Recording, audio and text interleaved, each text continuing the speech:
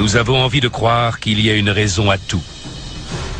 Que tout ce qui nous entoure peut être expliqué, y compris les phénomènes les plus étranges et les plus surprenants.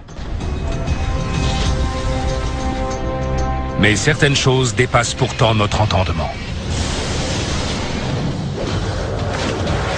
Au-delà de l'océan Pacifique, une mystérieuse découverte menace de changer tout ce que nous croyons savoir de l'histoire de l'Amérique. Les explorateurs chinois ont-ils atteint les côtes américaines bien avant Christophe Colomb? Suite à une transplantation cardiaque, un homme subit une fascinante transformation et adopte la personnalité de son donneur.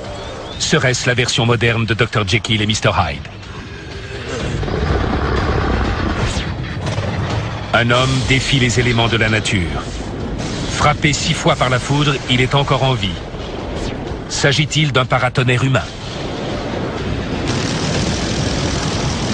Les plantes possèdent-elles d'étranges pouvoirs leur permettant de lire dans nos pensées? Sont-elles des êtres sensibles avec des intentions maléfiques? La logique de la science et la persévérance des chercheurs nous permettront-elles de percer ces mystères?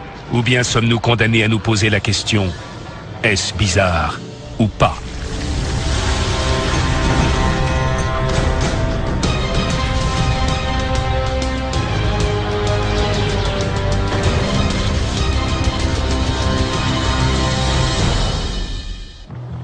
Qui a découvert ce que sont aujourd'hui les États-Unis? La plupart des gens répondraient Christophe Colomb. Mais peut-on imaginer que quelqu'un d'autre l'ait devancé de plusieurs siècles? Ils avaient des bateaux bien plus gros que ceux de Christophe Colomb. De mystérieuses pierres taillées découvertes au large des côtes californiennes pourraient remettre l'histoire en question. Je n'avais jamais rien vu de tel. Et si ces pierres prouvaient que les Chinois ont battu Christophe Colomb dans la course au Nouveau Monde? Bob Maestrel plongeait au large de Palos Verdes, au sud de la Californie, quand il a fait une étrange découverte. J'adore plonger. C'est chaque fois l'aventure. On ne sait jamais ce qu'on va trouver. Je ramassais des coquillages pour un vieil ami collectionneur quand je suis tombé sur 2 grosses boules avec un trou au centre. Qui a bien pu faire ce trou? Je n'avais jamais rien vu de tel. Je ne savais pas du tout ce que c'était. Personne ne le savait vraiment. Les pierres ne ressemblent en rien aux objets naturels que Bob a déjà vus. Croyant qu'elles sont d'origine humaine, il les photographie et envoie les clichés à des spécialistes en archéologie sous-marine. Selon eux, il s'agirait d'une encre de bateau. En effet, les pierres ont fait office d'encre pendant plus de 4000 ans. Les Égyptiens, les Grecs et les Romains de l'Antiquité utilisaient tous des pierres creuses ou trouées pour immobiliser leurs navires. Ces encres de pierre ont été remplacées avec l'avènement du fer et de l'acier, et les Européens, qui ont atteint la côte californienne en 1542, utilisaient sans doute déjà du métal. Alors, d'où peuvent bien venir ces encres de pierre? Je m'intéresse aux pierres de Palos Verdes depuis, je dirais, une 40aine d'années. Larry Pearson est un spécialiste en archéologie sous-marine. La forme des encres de pierre, trouvées au large de Palos Verdes, s'apparente aux encres traditionnelles qui ont été utilisées pendant très longtemps en Chine. Les Chinois sont passés des encres de pierre aux encres de métal il y a environ 600 ans. Si les encres de Bob remontent à aussi loin, elles pourraient nous amener à revoir toute l'histoire américaine. Elles indiqueraient que les Chinois étaient en avance de plus d'1 siècle sur Christophe Colomb. Une théorie contestée. Il y a quelque chose d'absolument fantastique à propos de ces encres. Mais contrairement à certains, je ne crois pas au conte de fées. Larry Pearson a une autre théorie moins fantaisiste. Il pense que ces pierres viennent de l'ère moderne. La théorie la plus plausible pour expliquer la présence de ces pierres à cet endroit précis est celle des bateaux de pêche chinois du 19e siècle. Selon Larry, des pêcheurs modernes utilisaient encore la pierre, moins chère et plus disponible. Au 19e siècle, les pêcheurs chinois de Californie utilisaient des ancres de pierre, comme c'était le cas partout en Chine depuis des milliers d'années. Mais Bob Meistrel n'est pas convaincu par cette théorie. Certaines ancres toujours tapies dans les profondeurs pèseraient plus d'1 tonne, un poids que les bateaux de pêcheurs immigrants n'auraient pas pu supporter. Certaines qui sont encore au fond doivent peser dans les 1500 kilos et d'autres, encore plus imposantes, à 18 mètres de profondeur, doivent faire plus de 2 tonnes. Pour le prouver, il envoie des plongeurs chercher l'une de ces pierres géantes.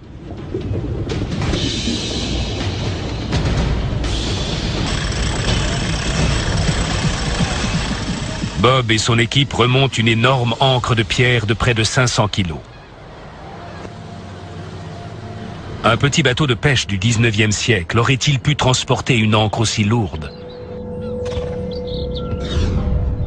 L'historien amateur Hsu Long Lee étudie les pierres depuis des années. Il a une explication encore plus incroyable.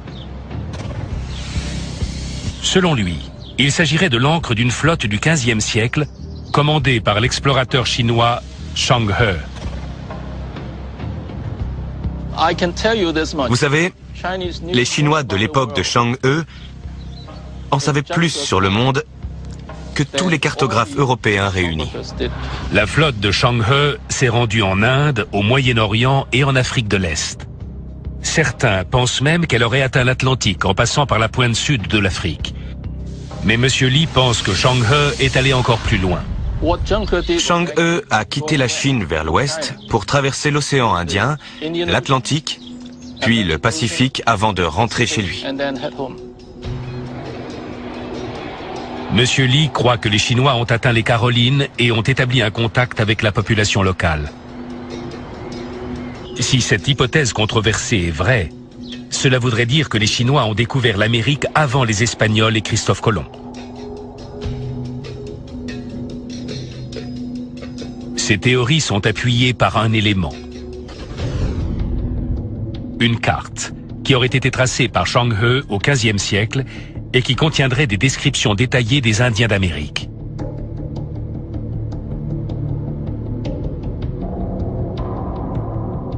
Devons-nous réécrire l'histoire de l'Amérique?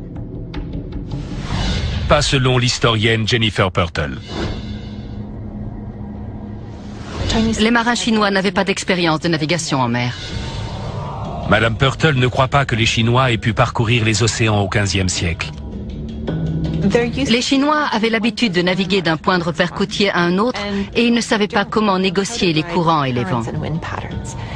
Je vois donc mal comment, avec aussi peu d'expérience du large,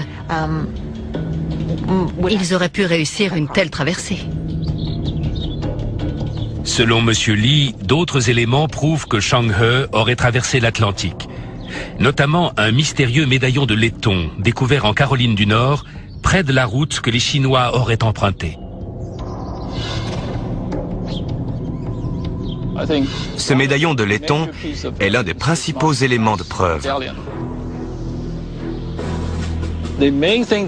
L'inscription gravée dessus a tout de suite attiré mon attention.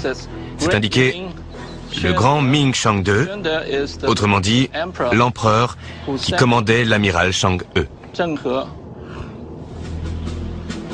Personne ne connaît l'âge exact de ce médaillon ni son origine.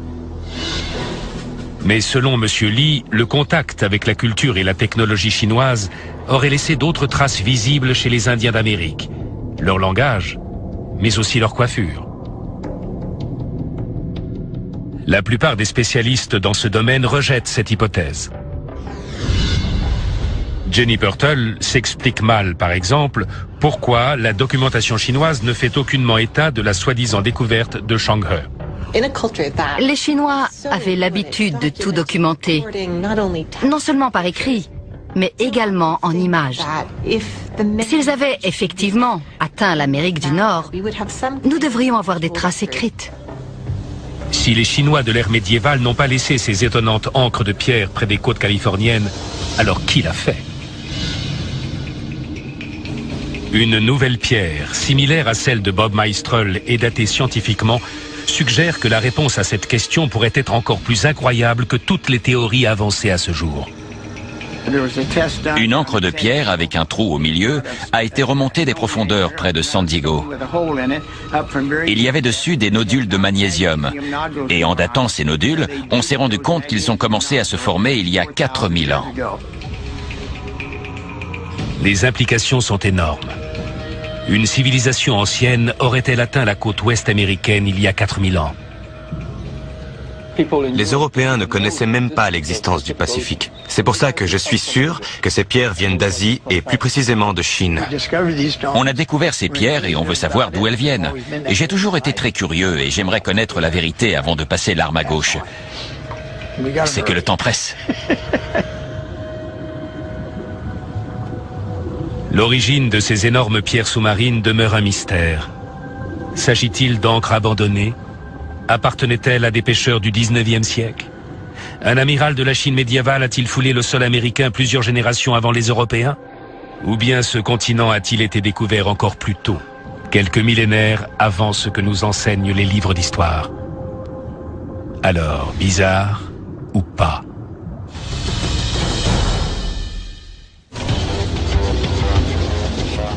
Une transplantation d'organes va changer à jamais la vie d'un homme, mais d'une façon pour le moins inattendue. J'étais sous le choc. Tel le célèbre Dr Jekyll et Mr Hyde, ce greffé cardiaque va subir un changement de personnalité radical. Beaucoup de détails apparemment insignifiants restent inexpliqués. Les scientifiques sont perplexes. Peut-on réellement transplanter la personnalité, voire même les souvenirs d'un donneur en même temps que son organe?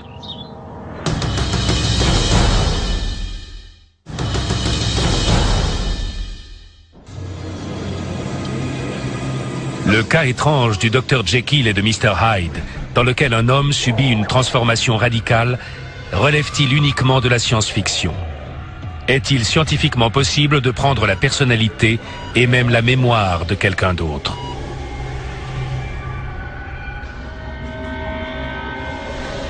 J'étais un amoureux du travail et j'aurais vendu mon âme pour un billet vert. J'étais un homme d'affaires grassouillet et je ne prenais pas soin de moi. Bill Wall était obsédé par l'argent. Mais en 1999, il est victime d'une grave crise cardiaque qui va changer sa vie à jamais.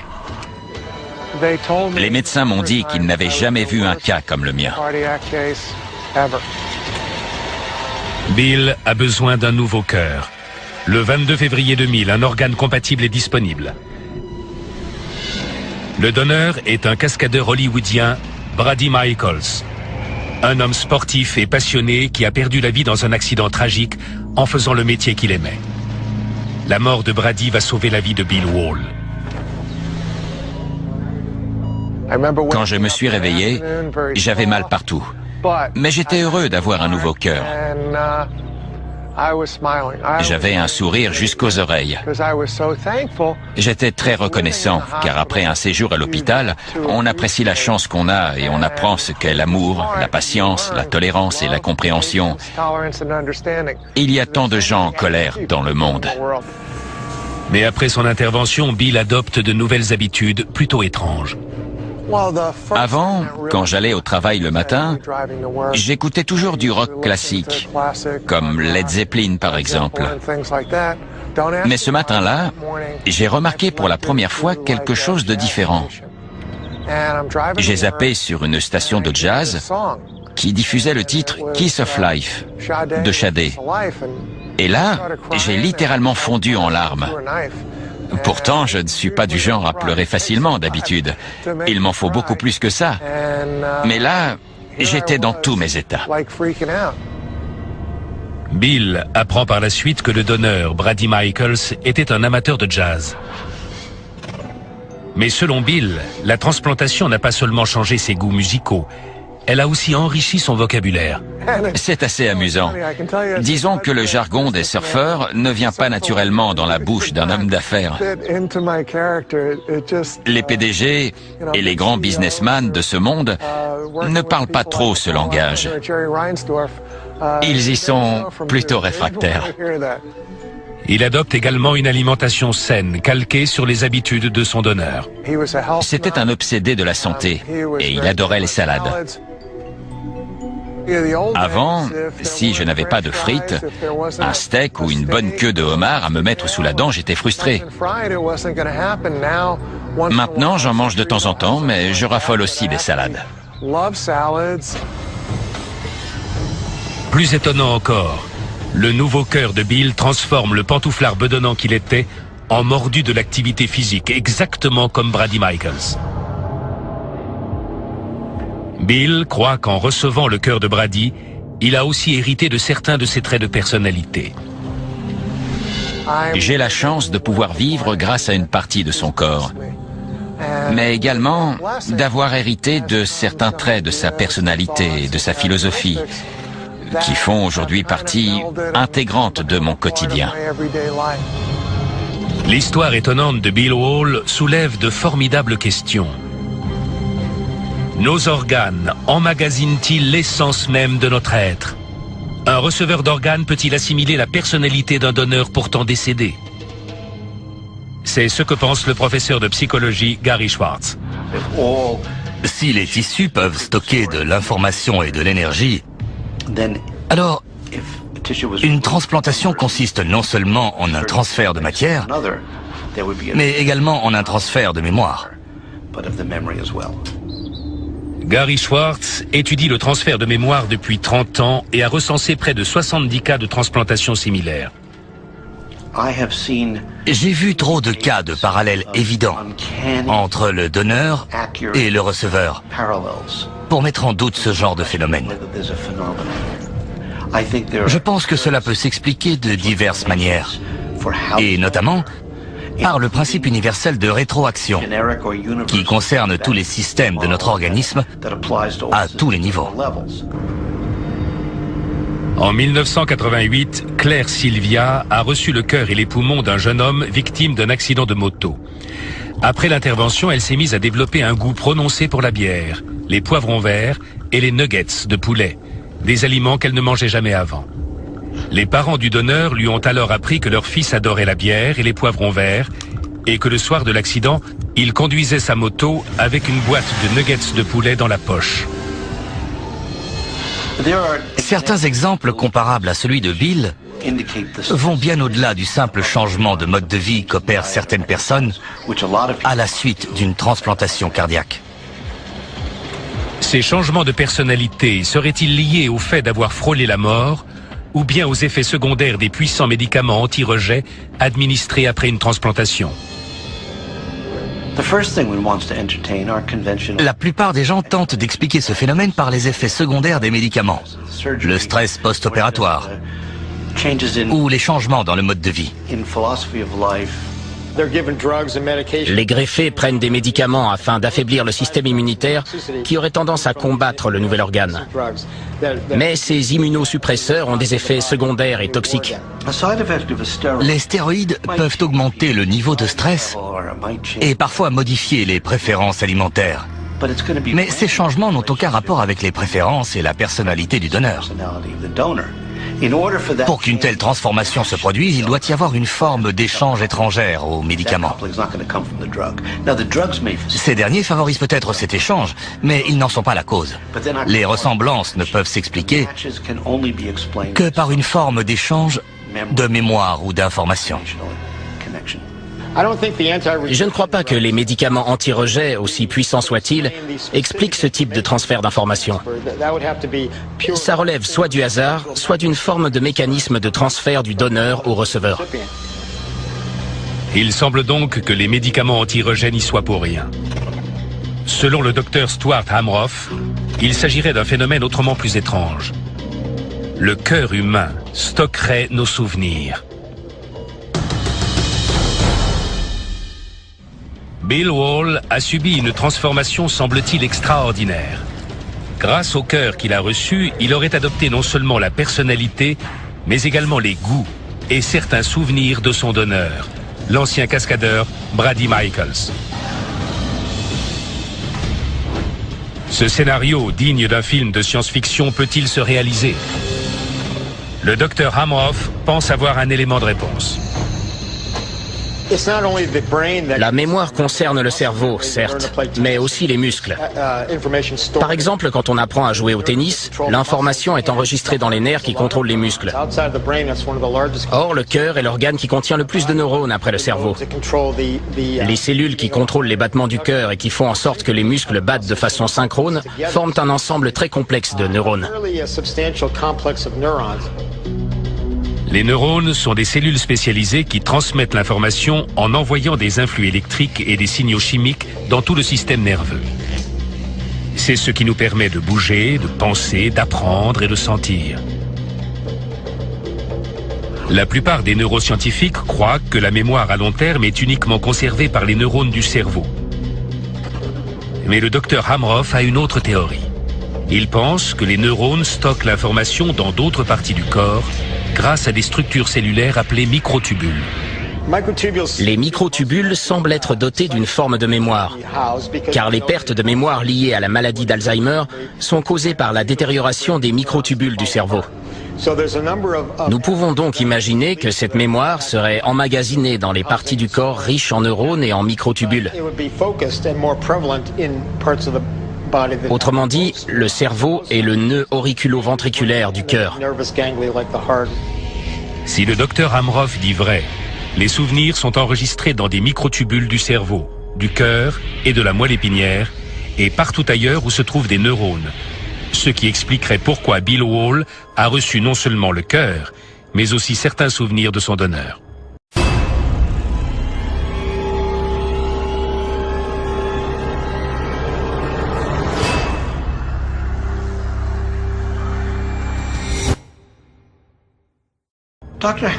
Le docteur Hameroff est arrivé à cette conclusion en étudiant les neurones dans les cas d'anesthésie et en élargissant ses conclusions à d'autres organes, plus précisément au cœur. Il a mis le doigt sur un phénomène très particulier, où la composante d'une cellule pourrait avoir une mémoire, ce qui est très possible à mon avis. J'ajouterais juste que ce processus d'apprentissage des microtubules est peut-être lié au phénomène de rétroaction. Le docteur Schwartz va encore plus loin. Il croit que toutes les cellules de notre corps, pas seulement les neurones, ont une mémoire. Un phénomène dit de rétroaction.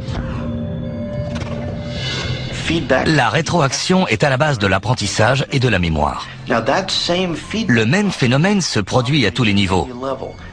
C'est ce qui permet aux neurones de communiquer entre eux. Mais ce même phénomène de rétroaction entre les neurones se produit aussi entre les cellules nerveuses et dans l'ensemble du réseau cellulaire qui relie le cœur, les poumons et tous les autres organes.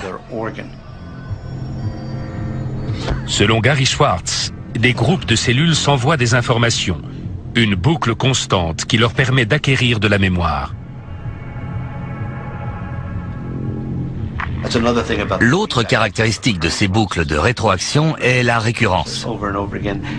La mémoire est renforcée chaque fois que le processus se répète. On peut donc imaginer que les goûts alimentaires ou musicaux d'une personne, ainsi que ses sentiments affectifs ou émotionnels forts, comme ses passions par exemple, seront conservés dans son cœur autant que dans son cerveau. Toutes nos cellules auraient-elles une forme de mémoire? C'est du moins ce que croit et tente de prouver le professeur Schwartz. On croit que les muscles agissent uniquement en fonction du cerveau. Mais ils ont aussi le potentiel de mémoriser l'information grâce au phénomène de rétroaction de la mémoire ergonomique et musculaire. Voyons comment cela se transpose concrètement. Allons-y. Grâce à la rétroaction, un sportif peut entraîner ses muscles à tirer des ballons dans le panier, afin qu'ils reproduisent le même geste, même quand il a les yeux bandés. Selon le professeur Schwartz, la mémoire n'est pas le propre de certains organes comme le cœur. Il pense que toutes les cellules de notre corps peuvent stocker de l'information. Puisque les boucles de rétroaction agissent dans toutes les parties du corps, l'information est donc stockée en théorie à divers degrés dans tout l'organisme. Je ne parle pas de la mémoire des neurones du cerveau ou du cœur. ni même de la mémoire cellulaire en soi, mais bien de la rétroaction entre toutes les cellules qui stockent l'information grâce à ce processus d'apprentissage en boucle. Quoique purement théorique, cette hypothèse pourrait expliquer pourquoi certains greffés ont l'impression d'avoir acquis la mémoire, les goûts et les comportements de leur donneur en plus de leur organe. Le fait d'avoir eu une greffe et une deuxième chance a très certainement changé mon mode de vie. Mais certains traits de personnalité de mon donneur font aujourd'hui partie de moi. Je crois que sa mémoire cellulaire a littéralement changé ma vie. Elle a fait de moi une meilleure personne. Je suis plus heureux que jamais et maintenant, c'est à moi d'aider les autres et de changer les choses. La plupart des neuroscientifiques doutent encore de l'existence de la mémoire cellulaire. Bill, lui, est persuadé que la mémoire, tout comme les organes, peut être transplantée. Alors selon vous, bizarre ou pas?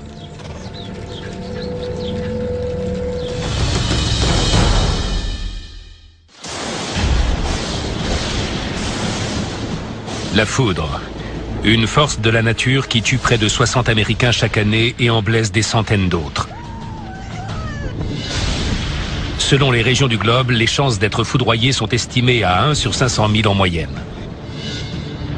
Mais dans l'Oklahoma, une histoire apparemment impossible remet en question ces statistiques. Carl semble être un bon conducteur électrique. Certaines personnes sont-elles plus exposées que d'autres? À 46 ans, Carl Mize pourrait bien être l'homme le plus malchanceux de l'histoire. Cet habitant de l'Oklahoma a été plusieurs fois frappé par la foudre. La première, c'était en 1978. L'orage grondait, il y avait du tonnerre et des éclairs. Alors j'ai couru vers mon camion et quand j'ai touché la poignée, la foudre est tombée. J'ai été projeté vers l'arrière. Quelques années plus tard, la foudre le frappe encore. L'éclair s'est abattu sur le transformateur au-dessus de nous. Ça m'a complètement assommé. J'ai eu l'impression qu'on m'avait frappé avec une batte de baseball. En 1996, Carl observe une tornade d'une distance qu'il juge raisonnable. J'étais à l'abri sous un arbre quand tout à coup, la foudre lui est tombée dessus.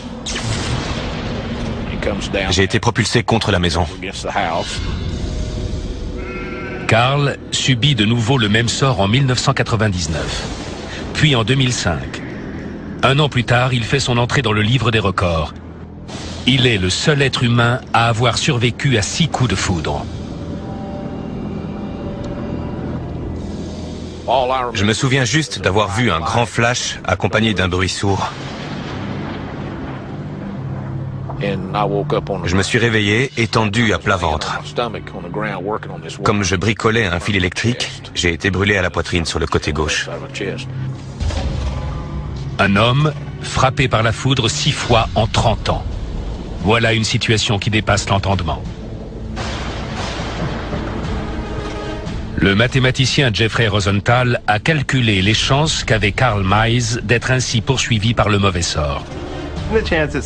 Être frappé par la foudre 6 fois en 30 ans, c'est extrêmement improbable.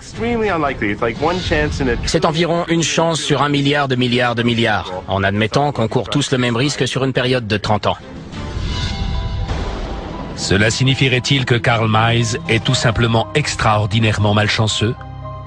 Ou chanceux? Après tout, malgré 6 attaques en 30 ans, il est toujours en vie. Je commence à penser que si ça se reproduit, je pourrais en mourir. Mais pourquoi la foudre s'acharne-t-elle ainsi sur lui? Selon le professeur Rosenthal, la région où habite Carl pourrait y être pour quelque chose. L'Oklahoma se trouve au centre du couloir des tornades des États-Unis. Chaque année, cette région est frappée par environ 1 million d'éclairs. Oh, la vache! En Californie, par exemple, le ratio est d'environ 0,02. Vous avez donc 34 fois plus de chances d'être frappé par la foudre si vous habitez dans l'Oklahoma que si vous vivez en Californie. Selon le professeur Rosenthal, Karl a également plus de chances d'être frappé par la foudre en raison d'un autre facteur important. Il vit dans une ferme et son métier d'agent de maintenance l'oblige à travailler régulièrement dehors. Dans ces conditions, le risque d'être foudroyé grimpe d'environ une chance sur 1800. Tous ces facteurs combinés, y compris son mode de vie et son lieu de résidence, font que Karl court beaucoup plus de risques que la moyenne. Mais les lois de la probabilité suffisent-elles à expliquer pourquoi il a été frappé 6 fois? La nature particulière des éclairs pourrait-elle jouer un rôle? Ou bien Karl aurait-il quelque chose de spécial qui pousse les forces naturelles à se déchaîner sur lui?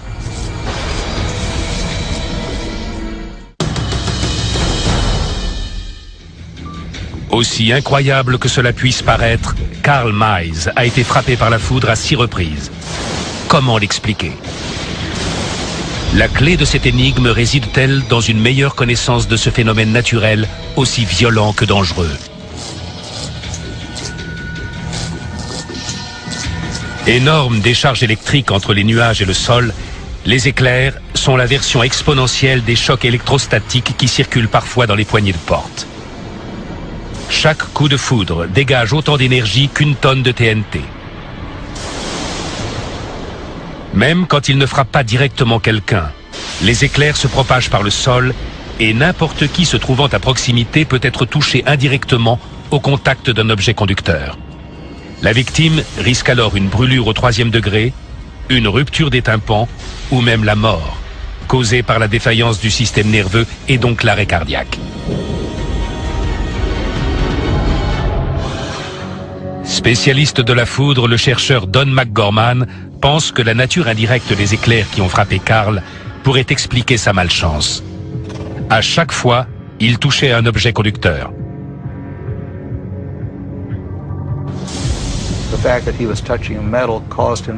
C'est le contact avec des objets métalliques qui a provoqué ces blessures. Plus l'objet était long ou massif, plus le choc a été intense. Une fois, la foudre a frappé un poteau alors qu'il touchait un fil.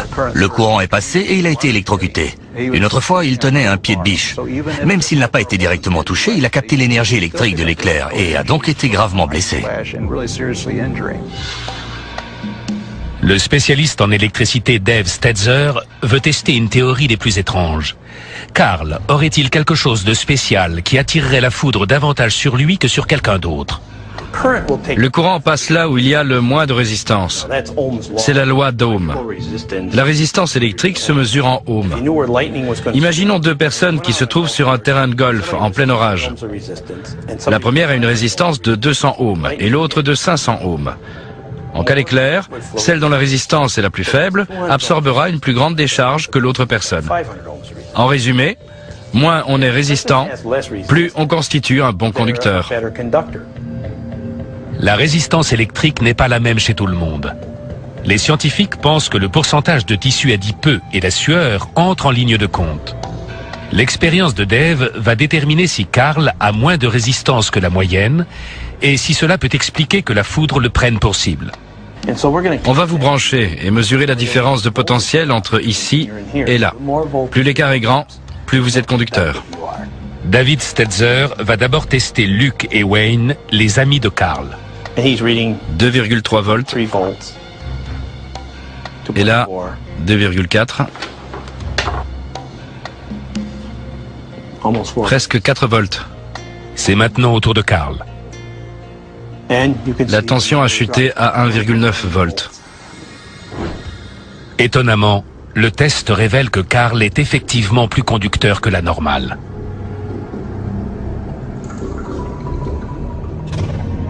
Mais Don McGorman, grand spécialiste mondial de la foudre, reste perplexe face à ces résultats.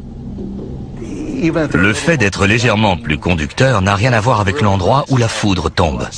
Car l'éclair naît à des kilomètres d'altitude et se fraye un chemin jusqu'au sol. La question de savoir où il va tomber précisément relève de la probabilité. Les propriétés d'une personne en particulier n'influent pas sur ce genre de phénomène. Il semble que les mésaventures répétées de Karl soient imputables à une combinaison de plusieurs facteurs. Son lieu de résidence, ses activités extérieures, la proximité de matériaux conducteurs et la malchance pure et simple. Mais comment a-t-il pu s'en sortir pratiquement indemne? Le mathématicien Jeffrey Rosenthal pense qu'il y a une explication logique à ce mystère. Je dirais qu'on a un peu plus d'une chance sur deux de survivre, même en étant frappé 6 fois. En comparaison, si on tire à pile ou face, on a une chance sur 2 de tomber sur face. Les chances d'obtenir face 6 fois de suite sont donc de 1 sur 64, soit environ 1,5%. On est donc plus susceptible de tomber sur face 6 fois de suite que de survivre à 6 coups de foudre. Karl Mayes peut être considéré soit comme l'homme le plus chanceux du monde, soit comme le plus malchanceux. Il n'en demeure pas moins qu'il a survécu à 6 coups de foudre. Alors, d'après vous, est-ce bizarre ou pas?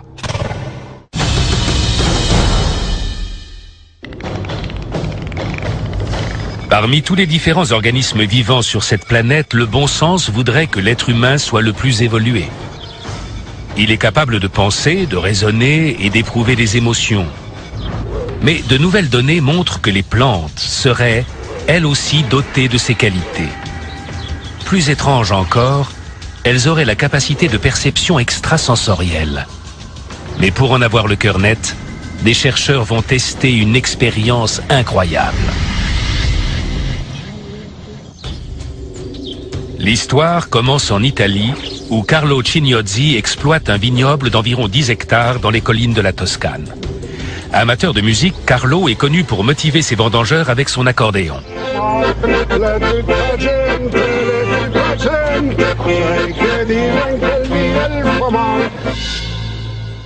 En 2002, Carlo fait une découverte extraordinaire. Pour éloigner de façon écologique les nuisibles, il place des haut-parleurs dans ses vignes et diffuse de la musique classique jour et nuit.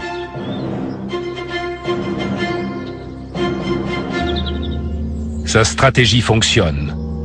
Mais ce n'est pas tout. Un autre phénomène étrange se produit. Les grappes situées près des haut-parleurs sont 2 fois plus grosses que les autres. Elles mûrissent plus rapidement et poussent même en direction de la source sonore. C'est formidable, absolument incroyable. Les branches sont 4 fois plus grandes et les feuilles 2 fois plus grosses. Le son agit comme la lumière. Les plantes sont-elles pourvues d'une forme d'intelligence dont la science ignore encore tout? Le botaniste Jaideep Mathur pense être en mesure d'expliquer la réaction des raisins face à la musique. Tout est une question de vibration. Les plantes sont capables d'exprimer des sensations primaires en captant l'activité de leur entourage et en libérant des impulsions électriques. Peut-être que la musique classique émet certaines tonalités, certains timbres et des vibrations précises auxquelles les plantes sont plus sensibles. Les ondes sonores sont des vibrations de diverses fréquences. Les plantes ressentent les vibrations causées par la musique grâce à leurs feuilles ou par le sol. Des recherches montrent que les plantes réagiraient à la musique en stimulant les gènes responsables de la croissance. Suzanne Dudley, écologiste de l'évolution des plantes, a une autre théorie pour expliquer le développement spectaculaire des vignes de Carlo. Elle pense que le lien de parenté entre les plants y est pour quelque chose. Toutes les plantes ont des parents. Si les vignes de la Toscane se portent bien, c'est à mon avis parce qu'elles poussent près de leurs semblables. Certaines plantes se portent mieux quand elles sont entourées de proches parents. Pour produire un raisin constant, de nombreux viticulteurs utilisent le greffage afin de multiplier les vignes en bonne santé. La plupart des vignes d'un même vignoble ont donc les mêmes caractéristiques génétiques. Je voulais savoir si les plantes peuvent reconnaître des parents et se comporter de façon différente en leur présence. Et nous avons découvert qu'elles réagissent effectivement différemment dans un liquide qui a déjà accueilli des plantes parentes. Les plantes se disputent des ressources limitées comme le soleil, les nutriments et l'eau. Les recherches de Suzanne Dudley montrent que les plantes, entourées de leurs semblables, coopèrent pour assurer leur survie et leur bien-être.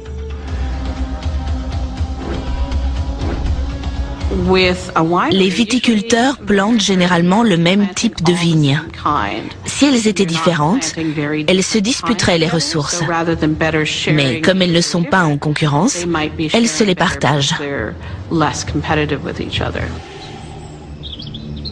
Cette théorie suffit-elle à expliquer le mystère du vignoble italien? Les liens de parenté favorisent peut-être la croissance, mais on ne sait toujours pas pourquoi les vignes poussent mieux à proximité des haut-parleurs.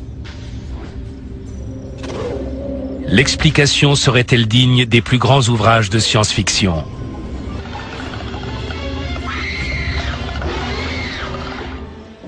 Est-ce que, comme le soutiennent de nombreux chercheurs, les vignes et autres plantes sont capables de réactions conscientes?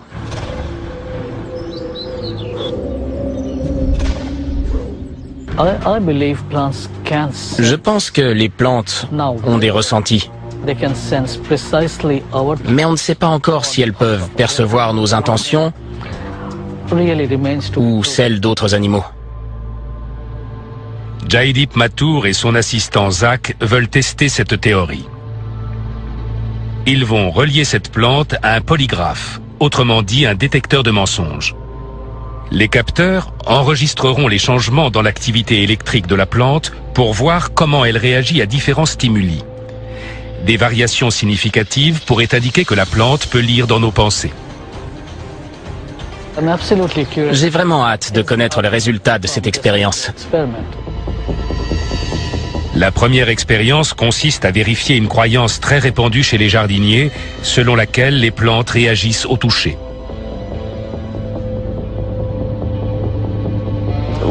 Je caresse délicatement les feuilles et les tiges. Rien. Désolé, Zach. Mais aucune réponse. Ils vont maintenant s'attaquer à une hypothèse encore inexplorée. Des pensées menaçantes. En agissant de façon menaçante, ils vont tenter de savoir si les plantes ont des capacités extrasensorielles. Toujours rien. Mais toujours pas de réaction. C'est tout ce que j'ai. Ça ne lui a rien fait, hein?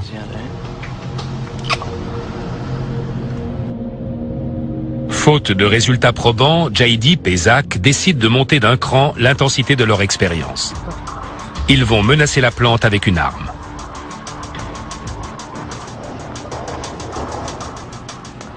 Réaction. Juste avant que tu la coupes, elle a eu un soubresaut. C'est vraiment intéressant, car le niveau était très bas. Il est monté en flèche, est redescendu, est remonté de nouveau, puis s'est stabilisé à un autre niveau. L'intensité a augmenté juste avant que tu la coupes. Étonnamment, un changement survient dans l'activité de la plante juste avant qu'elle ne soit coupée. Cette réaction physiologique peut-elle signifier que la plante a senti une menace, qu'elle a lu dans les pensées de Zach? La plante a réagi exactement au moment où tu as approché les ciseaux avec l'intention claire de la couper, du moins en pensée, sans le mentionner à haute voix. Je crois qu'on est sur une piste très intéressante. Scientifiquement parlant, on ne peut pas interpréter ce résultat à moins de répéter l'expérience plusieurs fois.